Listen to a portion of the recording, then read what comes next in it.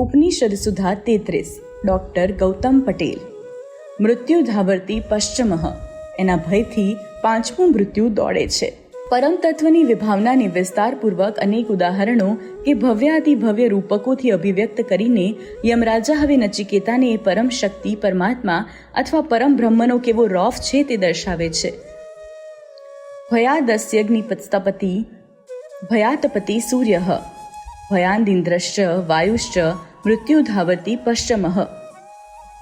એ પરમાત્માના ભયથી અગ્નિ તપે છે, એના ભયથી સૂર્યનારાયણ તપે છે અને એના ભયથી ઇન્દ્ર, વાયુ તથા પાંચમું મૃત્યુ પોતાનું કાર્ય પાર પાડવા માટે દોડે છે.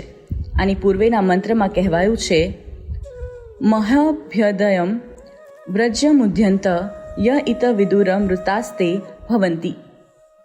આ ઊંચા કરેલા વજ્ર જેવા મહાન ભયરૂપ પરમેશ્વરને જે જાણે છે તેઓ અમર થઈ જાય છે. સંસારનું સર્જન એ પરમાત્માએ કર્યું. સૂર્ય, ચંદ્ર, અગ્નિ, પવન વગેરે પ્રકૃતિના તત્વનું સર્જન કર્યું. પછી એ બધાને નિયમન રાખવાની જરૂર તો હોય જ.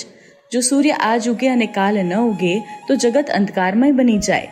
અગ્નિ આજ તપાવે છે, રસોઈ પકાવે છે, અને જો એ કાલ ગરમી આપવાનું છોડી જ દે તો શું થાય? પવન આજ વહે છે અને 1-2 દિવસ પછી એ થેજી જાય તો? પાણી જે વહે છે એ વહેવાનું બંધ કરી દે તો? પણ આવું કંઈ જ થતું નથી.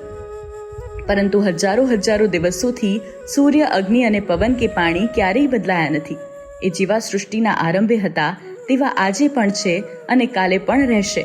આને સમજાવવા માટે વેદમાં ઋત શબ્દ આવે છે. આ ઋતને કારણે સઘળું સત્ય બનીને રહે છે.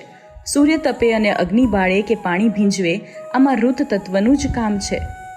એમાં સઘળું સર્જાયું છે. આધુનિક વિજ્ઞાનમાં એક સ્વીકારાયું છે. પહેલું, પ્રવૃત્તિની એકરૂપતાનો નિયમ, યુનિફોર્મિટી ઓફ નેચર. કુદરતમાં એક પ્રકારે એકરૂપતા છે. કુદરતના દરેક તત્વો પોતપોતાનું સ્વરૂપ ક્યારેય બદલતા નથી. દરેક તત્વમાં જે મૂળભૂત ગુણ છે તે હંમેશા એકરૂપતા જ ધારણ કરે છે. અગ્નિ બાળે એટલે બાળે અને પવન સૂકવે એટલે સૂકવે જ. આવું થવાનું કારણ શું? જે આધુનિક વિજ્ઞાન સ્વીકારે છે એ જ વાત વેદ અને ઉપનિષદમાં પણ આવે છે.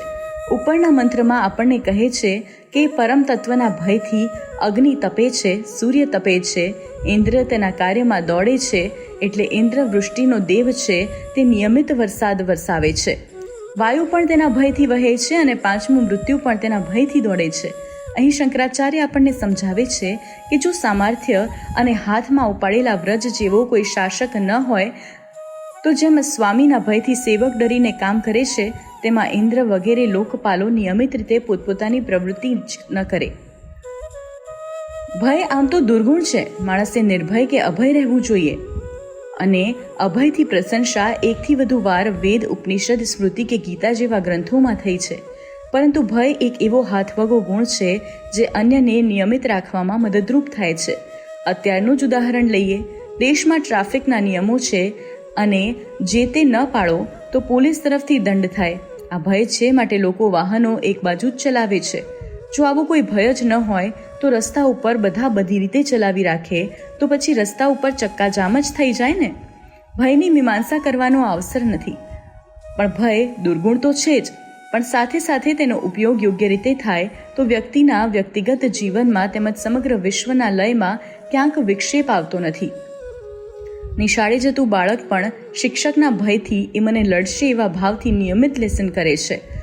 એમ આ વિશ્વના વિદ્યમાન મહાન તત્વો સૂર્ય, ચંદ્ર, અગ્નિ, તારા કે પવન અથવા પાણી પોતપોતાના કાર્યો જે નિયમિત રીતે કરે છે તેના મૂળમાં આ ઉપનિષદ અનુસાર ઉપરવાળાનો ભય જ કામ કરે છે.